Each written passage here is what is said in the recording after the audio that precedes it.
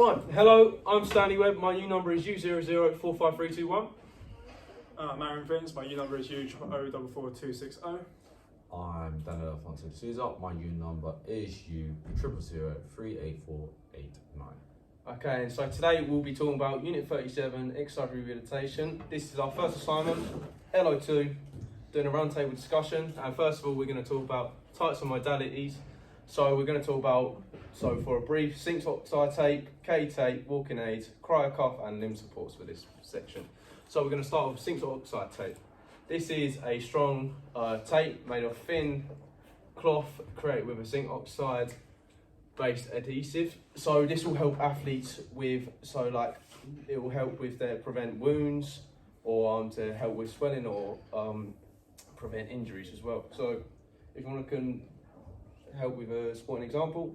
So a sporting example around probably this can be something as simple as, volleyball, for example. As you know, volleyball people, when they play, they use a lot of their, they get a lot of knee injuries and a lot of injuries which, could be used, zinc oxidated tape.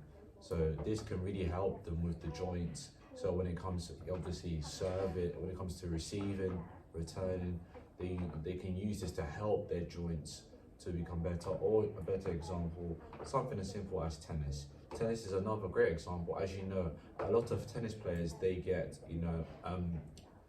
problems within their elbows. So using this, it can help their joints to, become better in a sense. In a sense, when I talk about being applied in the joint to become better, so it reduces the risk of injury of them, attaining it. It can even be used for just athletics, during sprinting and stuff, just having tape around the ankles, protecting your movement and joints there. So not just all these high intensity jumping sports, simply just running, it will help protect. Yeah. And also a good point is as well, with all these sports you've mentioned, they're all based outside as well, and this type of tape also helps with it's also waterproof. Lasts 2 days long. So with this type of tape, it would be really good for outside sports, just in case the environment does change halfway through a sport or competition. So it can help relieve the pain. It won't slip off. It won't affect it in any way. Obviously, if it's really heavy, you might have to change it then. But other than that, really good tape for that. Would you say that's a disadvantage then? How would you say? If it's really heavy, you're gonna have to keep changing it. Well, I don't know if it's heavy, but if the rain, like the rain's heavy, if the rain's heavy, then you might have to change it, and it might affect that. But if it's like a minor injury, then it might not be as much of an issue. Yeah. Okay. So I'll go next. Moving on to K tape. This is more of a elastic cotton strip, and it eases the pain and prevents athletics injuries. It can reduce swelling from happening. Increases mobility, and it's there for support. In a sporting example, pretty much the same as oxide tape, it will be there just to help protect the joints. As it says there, talking about athletes, preventing, easing off the pain. So, use an example of someone such as a long jump runner. As you know, for their running, they have to take a lot of long strides.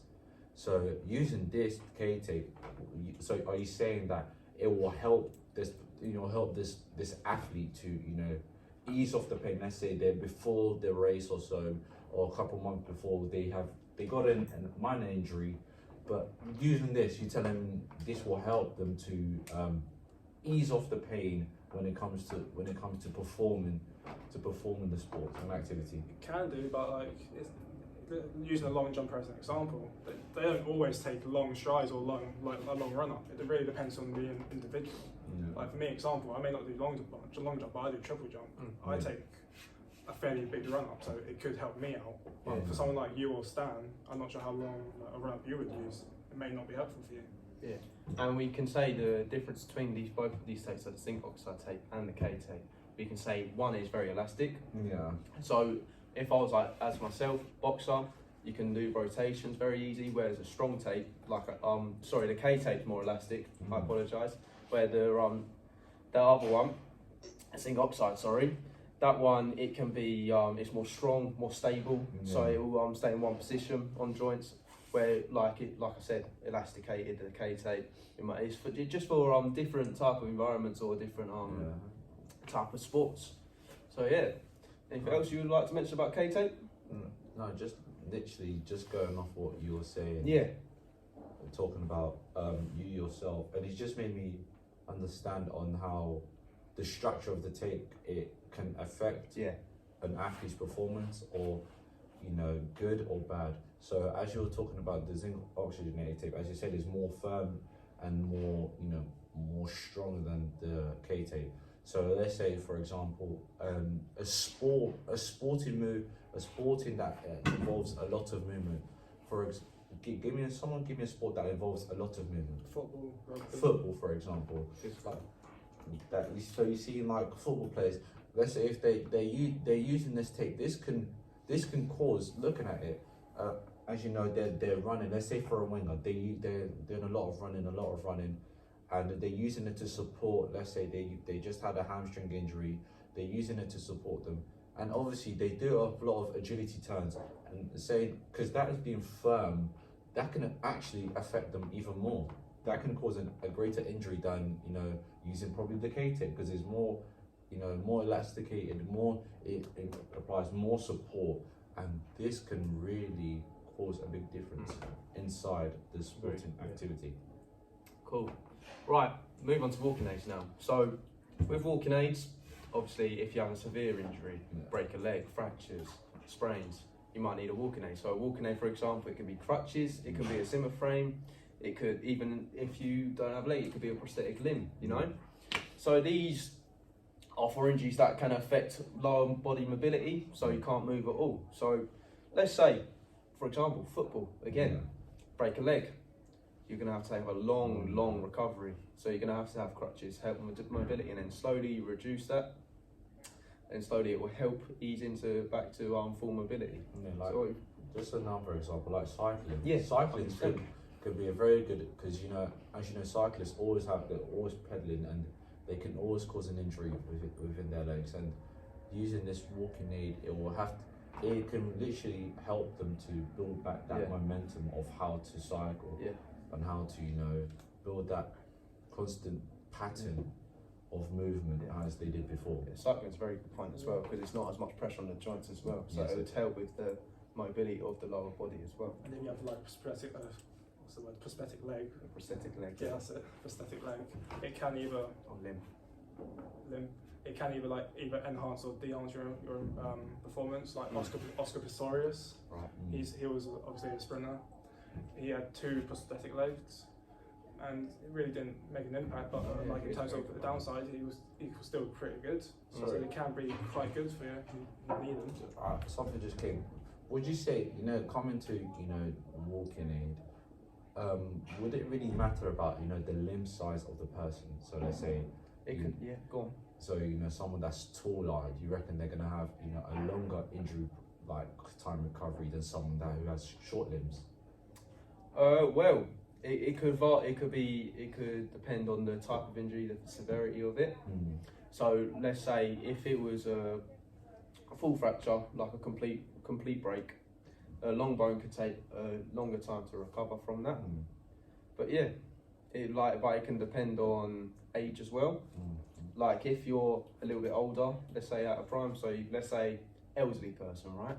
It's going to take a longer time for their bones or their healing process to recover, right? So they would use something like a walking stick too.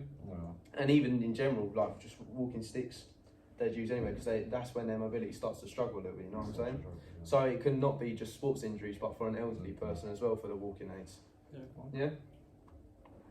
Okay, so we'll move on to cryocuff now. So cryocuff, this is more of a cold therapy treatment. So it can be based more on the knee. So let's, for example, say football again, always football, or rugby, physical sports, right? You could twist the knee. It could have swelling damage to it, right? The cold therapy, the cryocuff, will wrap around the leg, nice cold, reduce the swelling. It can also help control pain and mobility. It is used in athletics and training. It could be used as a physiotherapy process as well. Anyone else would like to? Sorry, just talking about this, a good sporting example came into my head is baseball, especially for pitchers and batters, because just going off a pitcher's point of view, when they're pitching, as you see, they use a lot of momentum, a lot of rotation. So by the time they have to get their front foot placed down, stuck down into the ground. A lot of them, let's say if they don't have that stability, it can cause a knee injury, and this can help many pitchers, to recover. All batters, for example, they suffer a lot of knee injuries as well, because as they try, they swing with the turn, and sometimes their knee gets stable, gets locked out, and then obviously this is something that they will use to recover, to build that rotational movement, build that that stabilization upon the knee, so that when they go to that position again, they'll be able to do it better and to be able to go back into full strength. Yeah. Similar to like athletics again, like long jump, triple jumps, where you have to run across the track, you'll firmly plant your foot down, which can cause some knee damage. And when you actually perform the jump itself, if you land bad, you could potentially land on your legs, which again, not the worst thing, but if you land too hard, that's a knee twist or something. Yeah, it could be overextension of the muscle as well, and that could help reduce that swelling. Yeah. Cool. So we'll move on to limb supports. Do you want to start this one? Let me start this one. So limb supports. So talking about limb supports, as I'm just seeing here, it talks about So this would be like for example, it could be for an elderly person as well, right? So this could be like cradles under the armpits. This would help like someone for an elderly person because they might have a carer, right? Yeah. So if they had that, or if they're so severe that they can't, if someone had a really bad injury, they can't move all their lower limbs, right? Yeah. This would help for their underarms, so someone could treat the wound or the injury. So it's quite sweet and short, but it's similar to like the walking aids, because it's just like stability for the person so they can just get treated for their wounds.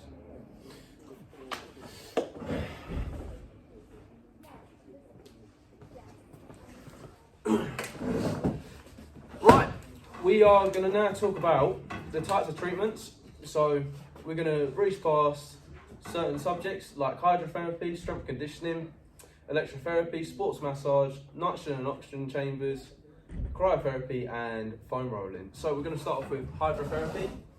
This can be something to do with water-based stuff, so hot tubs, water pools, saunas, steam rooms, I guess. So if anyone would like to brief that or speak more about that. Yeah, as Stan just said, he mentioned a list of water-based places like saunas, hot tubs. This can be done at various temperatures, because obviously a hot tub will be hotter than a normal swimming pool, and could be used to just relax muscles and all that. Just on about relaxing muscle, because saunas and everything, they increase body temperature, and this allows basically the blood to travel through much easier throughout the body, throughout maybe the muscle that is probably in pain. So through this, it gives that person, it reduces the pain, reduces that area of swelling, and allows the person to have more comfortability or be able to move or increase movement with it. So for exploring examples of who would use it, would probably be high intensity athletes like footballers, rugby players, because they'll be using muscles a lot, could potentially pick up pain in there. Would you suggest swimmers could use this type of therapy as well? Yeah, I'll suggest as well powerlifters, because when you're using such intensive sport, when you do something so intensive, it's very easily for you to get get muscle pains and everything. And using these types of treatment, it really helps for the body to relax, and helps the muscles to relax within itself, so they can go back the next day and to be able to improve on that. Cool. And then also if someone has knee slip joints from intense training, any type of sport, the water-based recovery stuff can help reduce that pressure, because we all know when you're in water, reduces pressure, feel really light. You know what I mean? So especially if you come from like a really intense injury as well, you know what I mean? It can slowly help that mobility and the pressure from coming back to that type of injury. So let's talk about strength and conditioning now. So this could be for, let's say, coming back from physiotherapy or during a physiotherapy session. They could start lifting weights, use plyometric exercises, mobility, flexibility, them type of exercise, even cardiovascular, you know what I mean? So this could help just from recovering from an injury, movement, enhance strength, repair the muscles. Anything else you'd like to Could also mention? be used to prevent injuries in the future by Yeah. strengthening a certain muscle. Yeah. Can just make that obviously make the muscle much stronger. You know, just talking about, just going off you know, what you were saying about to prevent, you know, building muscle memory. I think. Building muscle memory. That's what strength and conditioning really help to do. Build muscle memory, so that area of muscle knows that, okay, it's gone through this. It's gone through this injury. Now it has to help to develop for it to become stronger to prevent it from ever happening again. So you know, this is what will help. You know, really helps in muscle. Yeah. Strength and conditioning. And they're repairing the muscle from the actual exercises Right. itself. Yeah. Can, like you said, the muscle memory can improve that. It could even excel what you had in the past, yeah. So that would be really good. You got anything else to mention? No. No? Okay, we'll talk about electrotherapy now. This type of therapy can do various types of things, we know that, right? It can reduce pain, improve circulation, it can repair tissue, strengthen the muscle, and all types of stuff. Anyone else would like to mention anything else that it can improve? You know, just looking at looking at it from a different type of like a sporting view. Electrotherapy is mostly, as you see, I think it's been embedded a lot in like football. You know, that's a good example. It's been embedded a lot in football because, you know, a lot of football players, they go through a lot of, you know, injuries, such as, you know, when you're talking about, you know, tissue injuries, and a lot of footballers go through a lot of, you know, tissue injuries, and such as, I think if I'm correct, it can be used especially to help, you know, within the ACLs and all these type of injuries that, you know, players go through. So using this type of therapy, it helps, you know, the athlete to speed their recovery and for them to become better, for them to improve on that movement. And Can be used to prevent further injury after coming back by repairing the tissue and strengthening muscles. It will prevent like injuries from happening again to that same area. Yeah. And then, and the nerve impulses as well. That's what it will help stimulate, right? And for like intense, fast twitch fibre sports, like boxing, the fast twitch fibre, you need to snap like jabs, punches, throw, movement, rotation, you know? So then fast muscle fibres like electrotherapy will improve that, especially with agility for like football, American football, rugby, you know? So that would be really good. And what about electrical devices like electrical muscle stimulation, you know? That will help the nerve impulses as well. Yeah, just talking about this, I remember going into a sports market, I remember looking at a football team came into my head. It was Wolverhampton. Right. They are a team that uses a lot of electrotherapy, and because obviously I was reading on the back of, you know, the company that they're using, and it shows how much, you know, how important this is, you know, used in the sporting industry, in football, especially in the football industry, and how helpful it can be. Yeah. Anything else to mention? No? Cool. So let's start with more sports massage as well now. So Aaron, would you like to open that up? Yeah, sports massage can be used either pre or post exercise. Usually done to relax muscles, get the blood like warm, pumping around the body. If your muscles are relaxed, it can have an effect on performance as well. Can affect like results. And then obviously there's different types of massage as well. It's like all the types like effleurage, petrissage, all that stuff that will be used to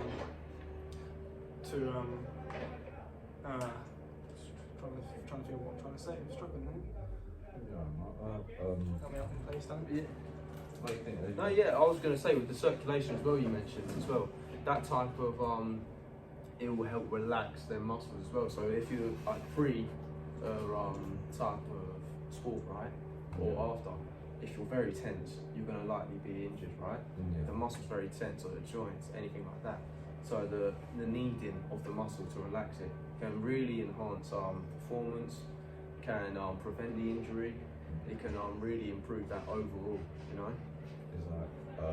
It's like what, you know, what the massage really does, you know, it really opens up, you know, the muscle, you know, like the muscle gates within, so the blood can really literally travel through back to the heart, you know, and back down, because you know when you've gone through, you know, a 90-minute football match, as much as your body's very fatigued, your body's very tired, you know, having this, you know, massage straight after, it helps, you know, to release that tension that, you know, that was there blocking, you know, for oxygen to travel through, for, you know, the blood that was, you know, necessary blood traveling through it. It really opens up and it brings it back down to, you know, into the state. I can use myself as an example. I remember, you know, I was playing a match I had on Wednesday. Thursday I had a massage. I had another match on Friday, and by Friday I felt very good. You know, throughout that massage, I remember I was very tense. After that massage, it really released, you know, all the tension that I had within my body, and I felt my legs felt very brand new. You know, I was able to perform much better on the football pitch. So it really shows on how you know this is very effective. Yeah, I can also mention, like, if we talk about physiotherapy as well. Yeah. Right, so physiotherapy, we can all know, I don't know if any of you have been in a physiotherapy environment, it can be very, very, it can be very hard, it can be very struggling, it can be painful, you know. So after that, you can do a sports massage, and that will just help, like, reduce and enhance relaxation, and that muscle will just help, like you said, with the blood circulation, help recover their muscles, warm them up, and it will just be good for the next day, like you said. Cool.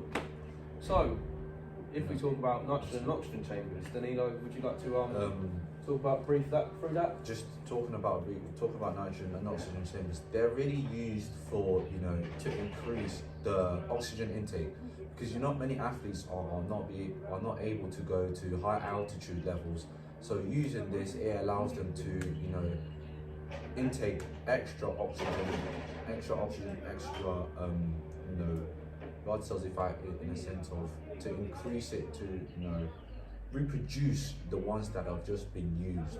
So this is what, you know, it's really used for, especially for post matches, you know, after they've had a game. A lot of athletes, such as a good example is LeBron James, after, you know, after a match, he goes, he may, after, if he knows he's feeling very fatigued and he's got a match coming up a couple days later, he'll go in his oxygen chamber, he'll sit in there to rebuild, you know, that oxygen intake, to increase it, so that he knows he can be fitter, he can go back onto the playing field. Would you say that this type of the oxygen nitrogen, would you say that increased lung capacity as well? Yeah, it would really help that. It's very helpful in lung capacity. You know, talking about this, in some sports it's really banned, kind of using this, because they will say, like, if I'm correct, such as like marathon runners and all these things, because they say it becomes uncompetitive if athletes are using, you know, these types of equipment to enhance their performance. The treatment for it, right? Yeah. Anything else you want to add to it, Minty? No, that's fine. So if you want to talk about cryotherapy, then obviously it's a treatment including ice, right? Yeah. Would you like to add on? Yeah, this would be like just, you know, ice baths, or going back to like the previous part of this video, like modalities this could be like cryo cuffs. Yes. As they're similar to ice packs, you'll be using them, and again it'll be used to relax the muscles, and very, very cold temperatures, not only just ice baths or stuff like that, just like in very, very like cold rooms and stuff like that. Yeah, and we talked about how heat can help the muscle as well, but sometimes the muscle can be overheated, you know. So sometimes the cold therapy, like we said, like Aaron said, all the cold therapy type stuff can help make the temperature of the muscle go back down to its normal temperature, you know, if you know what I'm saying. So that could really help enhance sports performance. Like I said, after runs, I'd have an ice bath. After really intense exercises, ice baths, cold showers, stuff like that, ice packs. You know, it just help regulate the temperature of the body and the muscles. I know and something that really struck is when you're saying, you know, how heat, you know, relaxes the muscles. You know, when it comes to cold, it isolates the muscles. Yes. That's what it really does. And something that I was watching, it, you know, was when your body's not used to something cold, it really triggers, you know, your brain. It triggers on your brain to, you know, to be able to activate into a mode where your muscles becomes very contractive. It, you know, like let's say someone is in pain and, you know, they're using hydrotherapy. You know, this will help to, you know, isolate that muscle, isolate that pain from traveling any further. So then that pain will just be stuck there, and they'll be able to work around this pain, be able to work around this area, because, you know, as it's cold, so it knows that, you know, as it says, it isolates everything from, you know, spreading. Yeah. It isolates everything from spreading, so it just is contained in that one specific area. Yeah, I agree. All good. Yeah. And then lastly, talk about foam rolling. Anyone like to talk about that? It's obviously similar to the massage. Yeah. But it can kind of isolate the muscles as well. Like, because it's like a small object, you could use it on a calf, you could use it on a quad, you know, and that could help with because it's quite rough. Would you say, like, it can be quite a rough kneading type of sensation? Yeah. And how would you say that can improve or like stimulate muscles or help the muscle after working out, or like lactic acid build-up, you know? You know, for someone, let's say for someone who doesn't have really it's really cost efficient, if I can say. So someone who doesn't have that time to be going on to see someone, they can use such as a foam rolling to stretch out to do it themselves. You know, stretch out their calves, stretch out their hamstrings, you know, their quadriceps. All of this, it helps to release the tension, to release wherever any knots that can be there, you know, trap muscle nerves that can be there. This will really help, you know, to release all of these things that, you know, prevents an athlete from performing very well. Yeah. But with foam rolling, how can it be reliable? Sometimes, from personal experience, I've used it. I haven't really been able to. I don't really feel much effects from it. I think it's a knowledge of research as well. Then, like of foam rolling. Sometimes I think it's really more handy on like hamstrings or calves. I'd say more upper body based stuff. It's not as beneficial like your arms or your chest maybe. Or your back. I'd use more like a massage gun for that, like type of thing. But foam rolling for the lower body I think is really beneficial, especially if you go out running, just to roll out the muscles. Obviously it's more muscle based when we say, because it would be more joint, because it's not going to help the knee or anything like that. It'd be really uncomfortable for that. So it's just a muscle that needs relaxation on that type of knee, because you said it's knotted up, you know. Sorry, just a question just came. What would you say is more effective, you know, hydrotherapy or cryotherapy? I guess that's based on preference. It can depend on the athlete. Yeah, and it can depend on also how this type of environment you're in, And the type of like treatment you're getting. You may be able to compare like an ice bath to a hot tub, but it really depends on the individual. They may prefer an ice bath, as they may say that's more effective than a hot tub. What would you say? I'm just trying to figure out, because, you know, I'm looking at the pros and cons of, you know, hydrotherapy. You know, when your body is too relaxed, it, you know, really causes, you know, your muscles to be very elastic.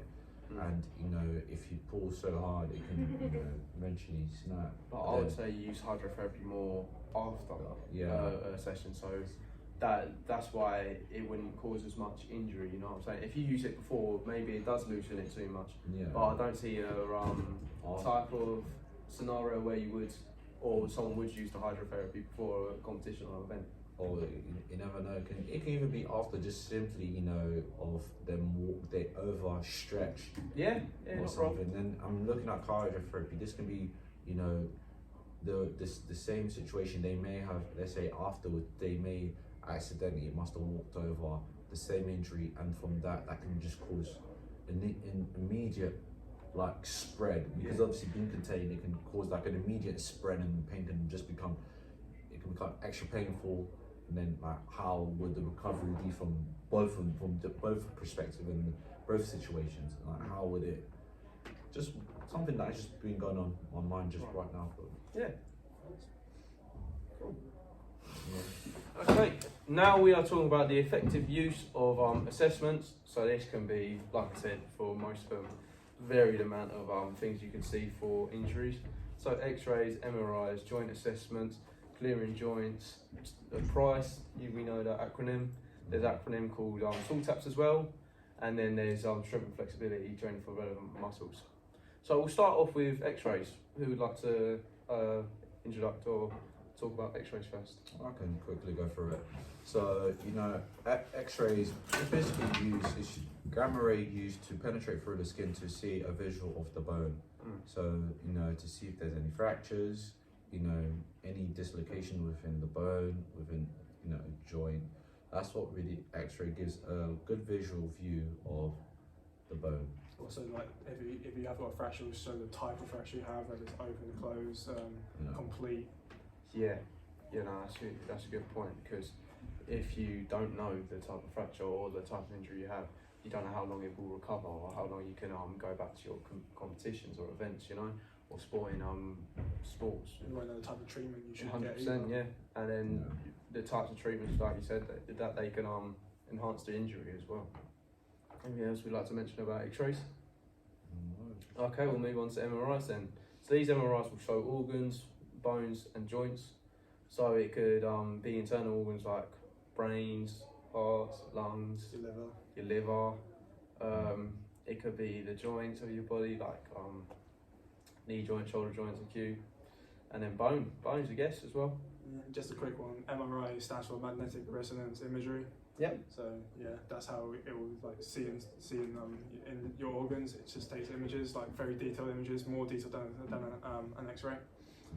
It's obviously just going off the science base, because obviously the magnetic force of it obviously produces that image, that radiation, to be able to see everything clearly. What would you say the difference between X-ray and MRI are? Yes, I think it's more comes down to the radiation because X-rays use gamma ray, and gamma ray, as you know, is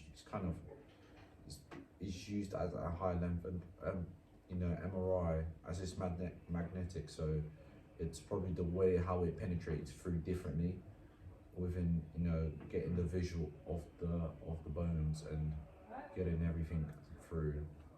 An MRI image would probably be more detailed as well. Yeah. So, but the X-ray would be more focused on the bone, on how that is affected, right? Yeah. Okay, so joint assessments. This could be how the mobility of a joint, where it can move. Yeah. Anyone else would like to add on something to that? It's very simple to do. It just needs like yourself, someone else to help you, and a certain piece of equipment just to measure angles. Yeah. Cannot just clarify, it cannot really be done by anybody. As much as it can be done by anybody, but more reliable. You need someone professional. You need someone who has well-known knowledge of a joint, of how it moves as well. Yeah. And it's similar with clearing joints as well. How well can that joint move until you can finally get back to that sport environment, because if you rush too much into the sport, you're back to square one. Yeah. Okay, let's talk about the acronym PRICE. So would anyone like to say what that stands for? Oh, so it stands for protection, rest, ice, compression, elevation, and diagnosis. Yeah. What would you use this type of what would you use PRICE for, would you say? Could be anything. Could be like swelling, stuff like that, like ankles and knees. Yeah, I'd also say that like hematomas, swelling, like something that's really bulgy, or bruising, something that needs to come out before it heals properly. And you could also say like for dislocations, even some type of fractures you can use that for, because you want to keep that elevation as well. Yeah. Anything else would you like to add, Danilo, to PRICE? on like what we would use it for and how it would be conducted, or like even sport environments where you would have to use it? Sport, like just if we're gonna go down to the sporting environments that we're gonna be using it. A lot of football players, just another example, may use this because they may roll their ankle and obviously they've got a swelling. I'm a good example. Yeah. I'm an example of this. I've rolled my ankles before and my ankles have just swelled up. Gone down to the go down to the doctors or wherever it could be, and you just always have to make sure that your feet is elevated, so to obviously to bring back the blood, and then to make sure that you're using the ice to compress, to isolate that, to compress, and obviously from there. And you'd also do it in that type of stage as well, so you protect it first and the rest, the ice, the compression, the elevation, then it would be finally diagnosed. But that is a really good point you say with the ankle, because it could be a sprain, and it probably was, right? Yeah, it would, go on then.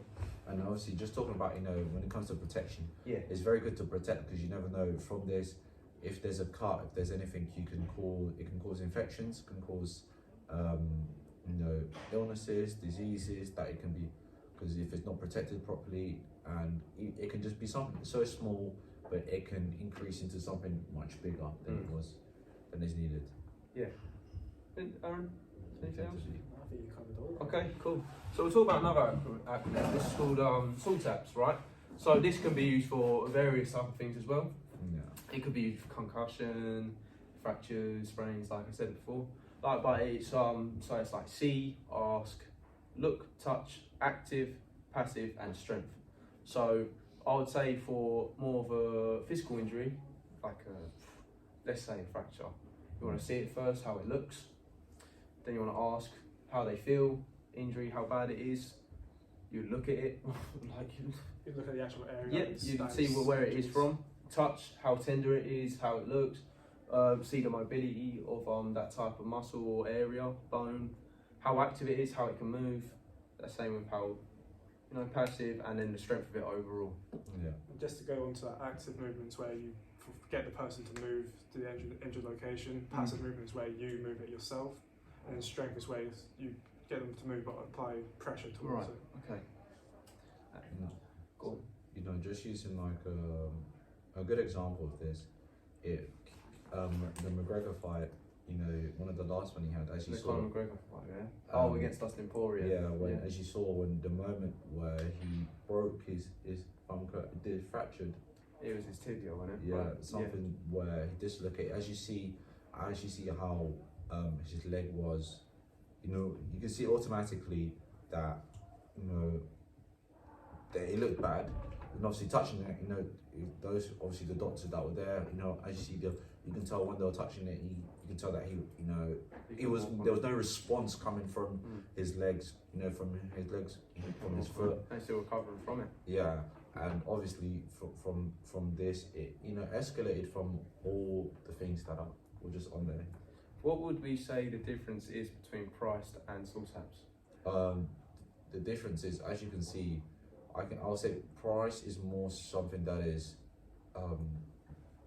that's already happened, if in a sense, and SALTAP, it looks like more of a in a sense of, it could be something small, major, it's not something. It could be something used. There could be like big fractures, big sprains, and concussions.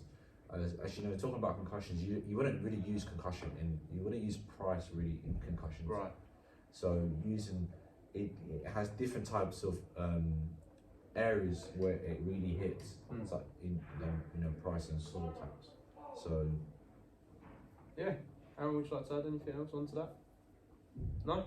Okay, let's finally, for the final point of effectiveness of assessments, strength flexibility testing of relevant muscles. So there's certain muscles that it would you test strength and flexibility for. Yeah. So if it was like after a physiotherapy or just before a physiotherapy, let's say just come to the physiotherapy because you got that injury, right?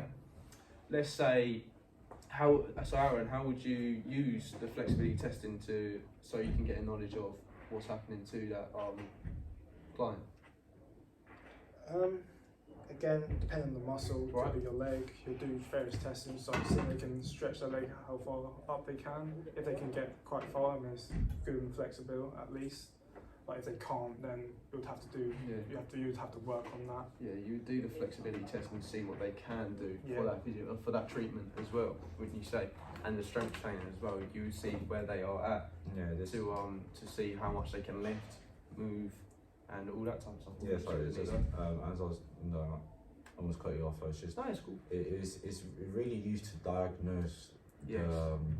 the severity of the injury as well.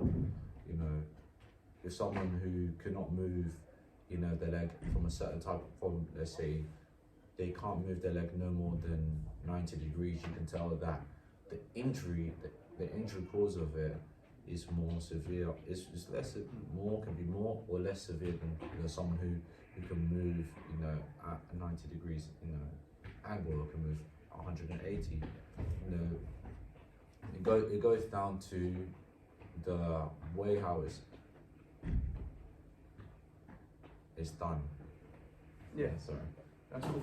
Okay, so now we're talking about injections of rehab and the effects of injections for temporary treatment. So there are various different injections you can use. There's hyaluronidase, there's corticosteroid, there's low anesthetics. There's like you could use non-injections as well. Yeah. But there's one as well, mainly cortisone. Aaron, would you like to mention what cortisone does? Yeah, so cortisone is used to counter swelling, painful joints, and it's used after injuries or for those who have arthritis. Yeah. Yeah. Yeah. So these all these injections, right? They will help. Let's say someone has a type of injury, but they want to carry on with these competitions, right? They'll take these type of injections to enhance they can play for that certain amount of time. Yeah. As we know, it is just temporary temporary treatment, so it's not going to last long term. Some of them. It could make the athlete more at risk Yeah, afterwards. and it's more they'd have to take consistently to help the reduce of pain. Yeah.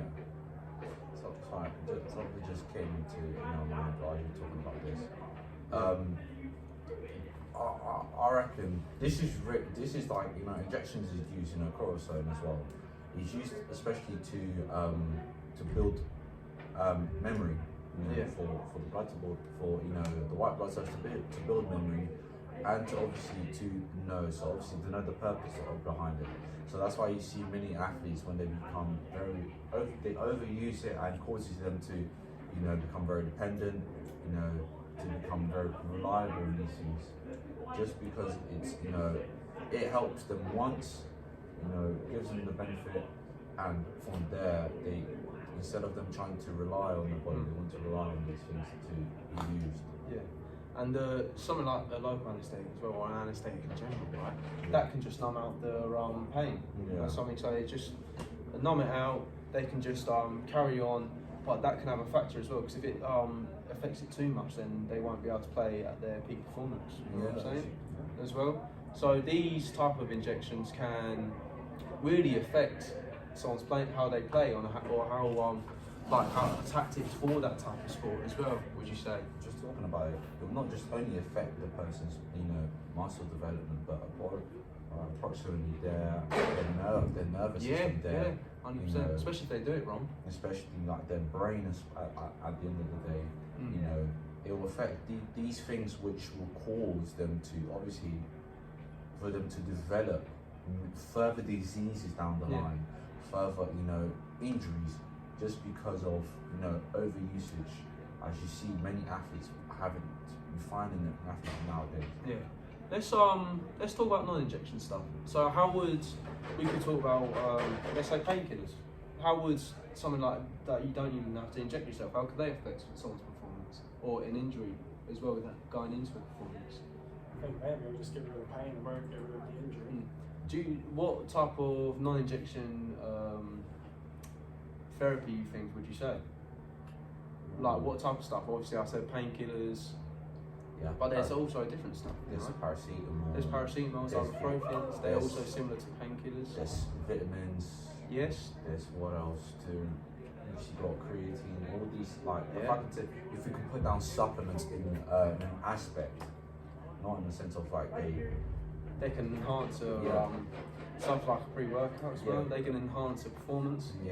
they help in a certain They way. learn a certain thing. Yeah. Sometimes there's a spray, there's a deep Yeah, there's spray. deep each. Yeah. DP spray. There's certain variants or certain objects or things, brands. There's a variety of things that can help enhance a performance or reduce an injury. Yeah. You know what I'm saying? A lot and pain and swelling, different type of things. I will say the heat pads was one of them. The heat pad as well, yeah. The heat pad. So these type of things, like what would you say is more detrimental to someone or like to an injury? Would you say injections are worse or stuff like non-injections? I think they're equally as bad or equally as They risky. can be equally as risky, right? But obviously we know like paracetamol or painkillers, they're short term anyway, so they're not going to affect you as much. I think how the way it enters your bloodstream. Yeah. I think that's the way. That's how you can come down to obviously the terms of which one's bad, which one's not. Right. Because paracetamol, ibuprofen, painkillers, all these they go down. They're coming through your immune system. They're just there, distributing They out. always come out as well. The Yeah. System. So it's like, but something that's injected, it will stay there for a while. It will stay there for days or weeks, and And it could not be done properly as well. yeah, That could affect you. and many if you inject someone incorrect, you can damage them at the end of the day. You can make them 100%, paralyzed. You can make them become And in a certain position as well. yeah. You can destroy their whole life, and this is why I'll say it's worth being injected than having non-injected things. Yeah. Even though Or non-injected recovery. things are more Quick, more quicker. instant. Yeah, and even though non-injected things are they're more hooked onto Right. than injected things. So, but it's more dangerous. Yeah, there's a risk to reward factor Yeah. to it. Anything else we'd like to mention about injections or rehab for it? Non-injections. Anything else we'd like to say for that? Pretty say